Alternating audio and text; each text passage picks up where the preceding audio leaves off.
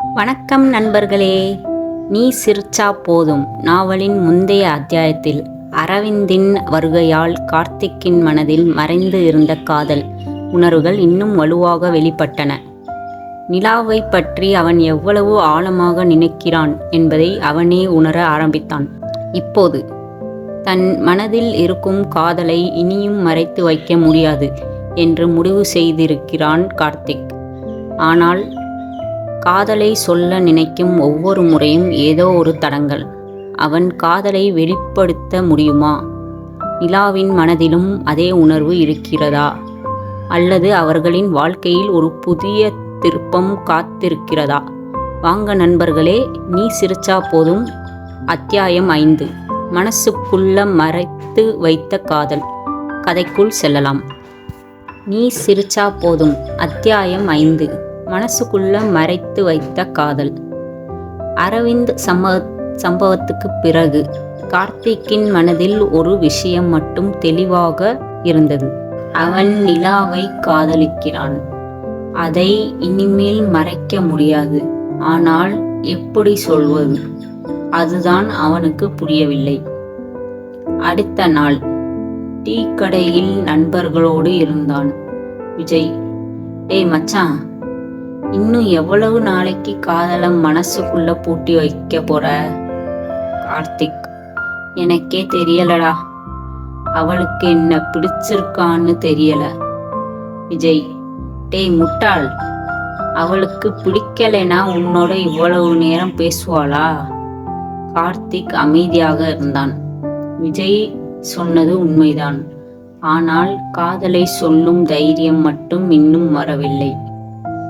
அன்றிரவு வீட்டில் படுத்திருந்த கார்த்திக் ஒரு முடிவு எடுத்தான்.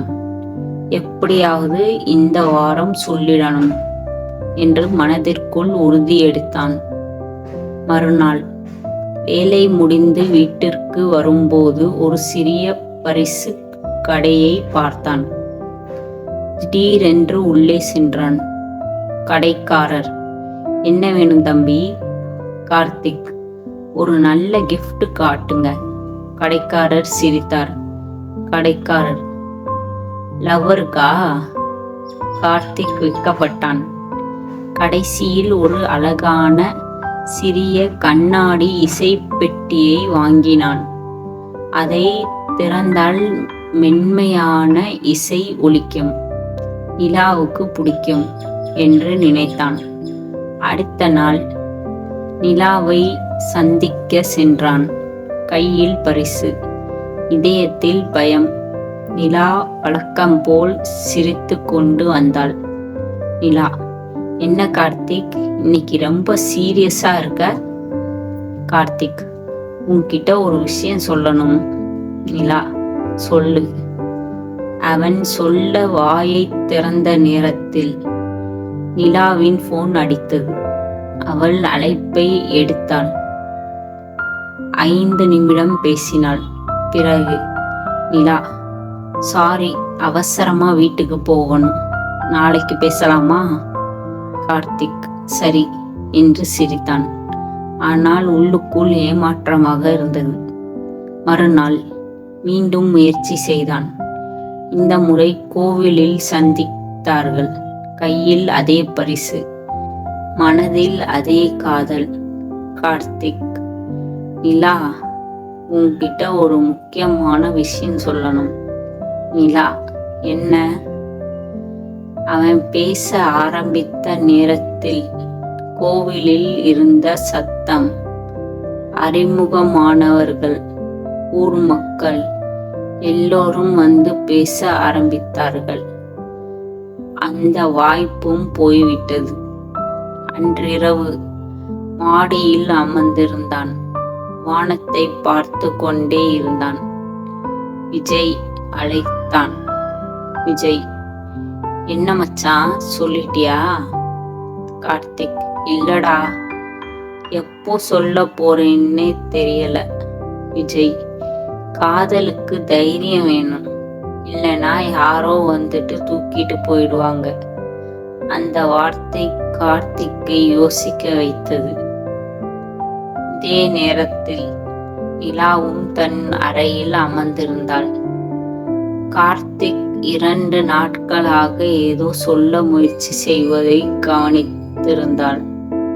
என்ன சொல்ல வர்றாரோ என்று அவளும் யோசித்தாள். அவளது மனதிலும் ஒரு சிறிய எதிர்பார்ப்பு இருந்தது. அதை அவளே ஒப்புக்கொள்ளவில்லை. மறுநாள் மாலை கார்த்திக் மீண்டும் நிலாவை சந்தித்தான். இந்த முறை எதுவானாலும் சொல்லிவிட வேண்டும் என்று முடிவு செய்திருந்தான். கையில் பரிசு. இதயம் வேகமாக துடித்துக் கொண்டிருந்தது. நிலா வந்தாள். வழக்கம் போல் சிரித்தாள். கார்த்திக் பரிசை அவளிடம் நீட்டினான். நிலா, இது என்ன? கார்த்திக், உனக்காக. நிலா ஆச்சரியத்துடன் பார்த்தாள். அவள் பரிசை வாங்கி கொண்டாள். பிறகு மெதுவாக கேட்டாள். நிலா, கார்த்திக், நீ என்னிடம் ஏதாவது சொல்லணும்னு நினைக்கிறியா? அந்த கேள்வியை கேட்ட நொடியில் கார்த்திக்கின் இதயம் நின்றது போல இருந்தது. அவள் கண்களை நேராக பார்த்தான். இனி மறைக்க முடியாது, இனி தப்பிக்க முடியாது.